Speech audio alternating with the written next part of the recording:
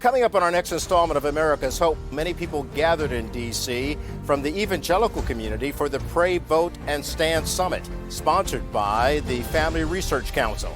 They came together from all walks of life, but like-minded in their faith, to listen to presidential candidates, as well as to talk about things that matter to them. That's on our next installment of America's Hope.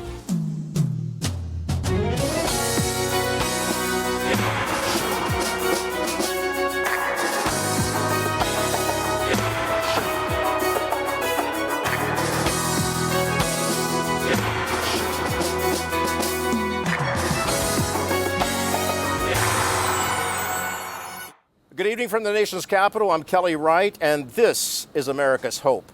Over my shoulder is the United States Capitol. 535 representatives of government work there, and all their supporters, their legislative aides, and their community liaisons. They're all working together to do something for America, and that's legislate our laws. But Congress is in need of a lot of help.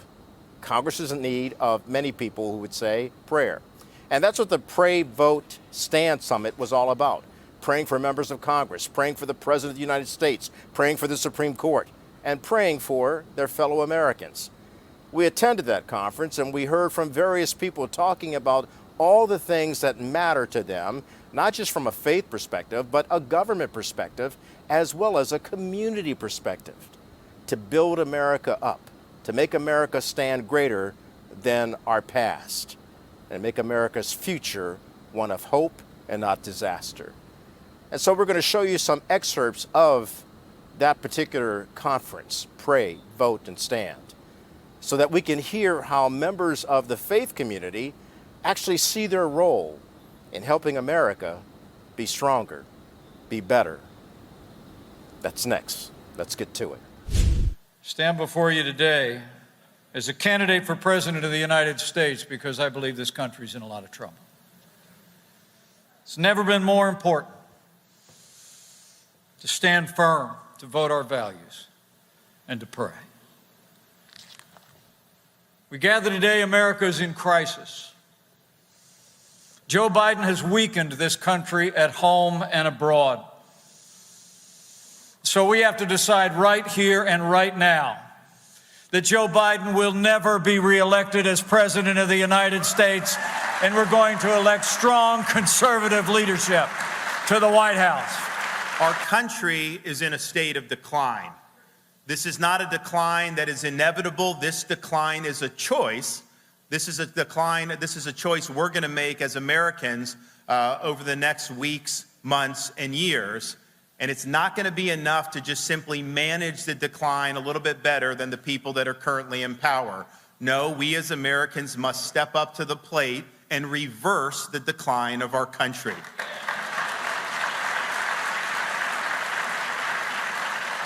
And you see it everywhere you look. We now live in a country where families that are doing everything right, working hard, trying to put food on the table for their kids, suddenly have to choose between getting groceries and buying gas.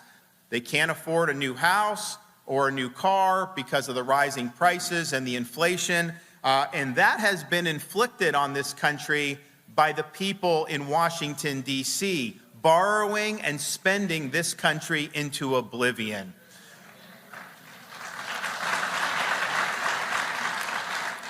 Inflation's robbing families of the American dream. And of course, as they borrow, print, and spend, the elites in Washington can't even control the territorial integrity of our own country. We have an open southern border that is causing millions and millions of people to flood in, allowing fentanyl to infect our cities, and causing the deaths of over 100,000 Americans each and every year. It is humiliating to see, and it is tragic, the consequences. We're in the middle of a national identity crisis right now. Faith, patriotism, hard work, family. These things have disappeared, and that leaves a moral vacuum in its wake. And when you have a black hole that runs that deep, that is when the poison fills the void. I say this to you as a relatively young person doing what I'm doing now. I'm 38 years old. I'm a millennial. I was born in 1985. I'll tell you, speaking as a member of my generation, what's going on. We are hungry for a cause. We are starved for purpose and meaning and identity at a point in our national history when the things that used to fill that void, belief in God, belief in country, belief in self, these things have disappeared. And when you have a black hole in your heart, that is when the poison fills the void. Because 1 year from now, each of you will vote in the most important election of your lifetimes. Your most important. This is going to be the most important. This election will decide whether America will be ruled by Marxists, fascists, communist tyrants who want to smash the Judeo-Christian heritage, or whether America will be saved by God-fearing, freedom-loving patriots like all of the people in this room. It was God-fearing patriots like you who built this country, and it is God-fearing patriots like you who are going to save our country. And that's just an excerpt of the speeches made by Republican presidential candidates speaking to their faith-based supporters at the Pray, Vote, Stand Summit. America's Hope continues after the break.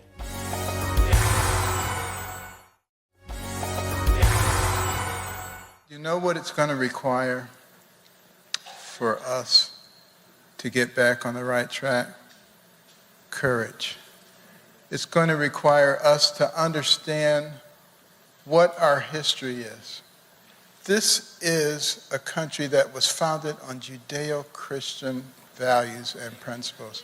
Our founding document, the Declaration of Independence, says that our rights come from God and not from government.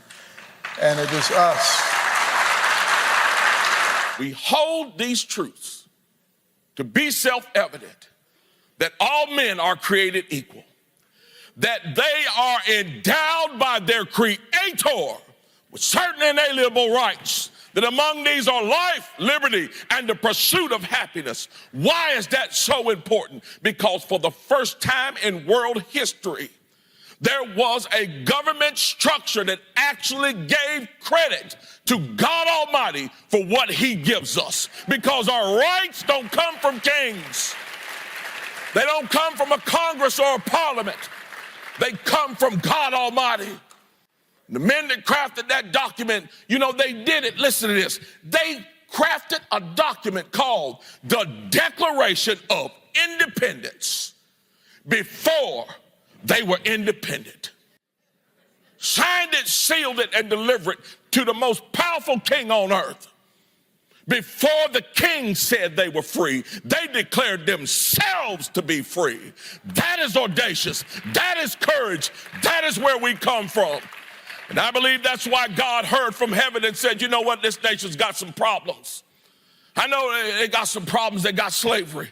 I know they got some inequalities and they got some struggles, but I can get behind this nation. And at every turn, I will be there to make sure that whatever problem they face, they will come through. And you know, He has. He's been right there with us, holding our hands the entire time. Why? Because there's still a regiment of people in this nation holding on to His hand. Right here in this room, this summit that we're at right now, what we believe in as patriotic Americans who believe in God. Patriotism is not dead. Faith is not dead. And you can best believe God is not dead. And He's still at work in America.